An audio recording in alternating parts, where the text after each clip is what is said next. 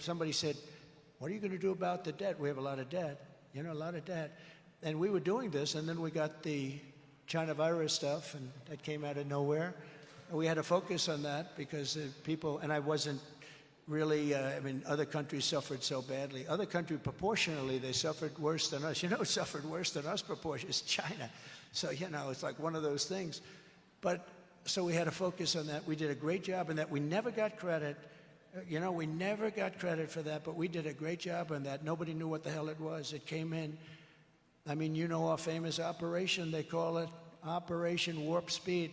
Operation Warp Speed gets military credit for being one of the most incredible things that they've ever seen, distribution of things. But we did a great job, and we got that. We handed over a country that was better. The stock market was higher than it was just previous to COVID coming in. So we did a great job.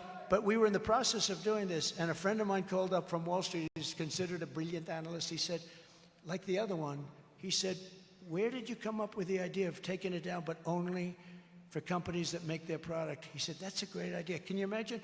You have all these 185 IQ people on Wall Street. That's sort of the ultimate. I think they say, you know who the smartest person they say in history was? Albert Einstein. He said Trump. I agree with him. He said Trump. My uncle, Dr. John Trump, MIT, 40 years. That's pretty smart.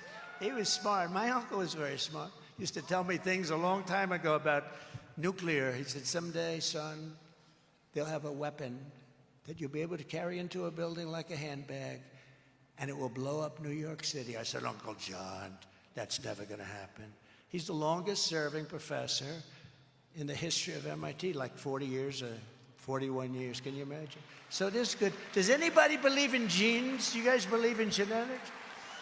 These guys have good genetics, too, for safety, and that's all we want you for. We don't want you for anything else. We don't want you for anything else. But for those who...